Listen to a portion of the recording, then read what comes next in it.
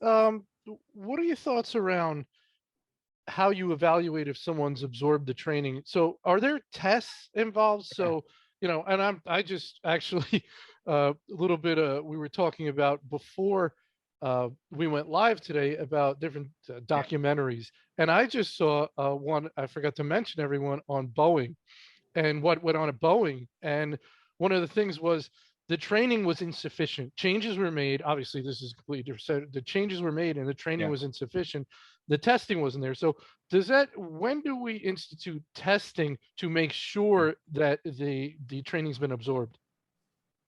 So, as part of our training classes, there's a testing component to ensure that you meet a certain threshold of knowledge gain. But then we do three follow-ups, Anthony. The first is those that participate in the training actually rate the trainer for effectiveness. And that's done immediately at the end of the training session. So there's a piece of feedback gain there.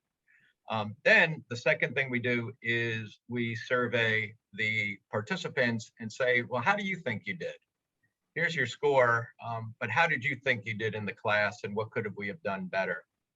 And then the third piece, and I think this is actually the most important piece, is several weeks after the training, usually 14 days, we go to the employee's manager and say, did your employee grasp what they needed in the training in order to get their job done?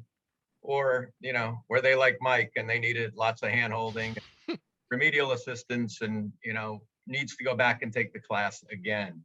But it's those three pieces that come together that allow us to continually improve our process for virtual training.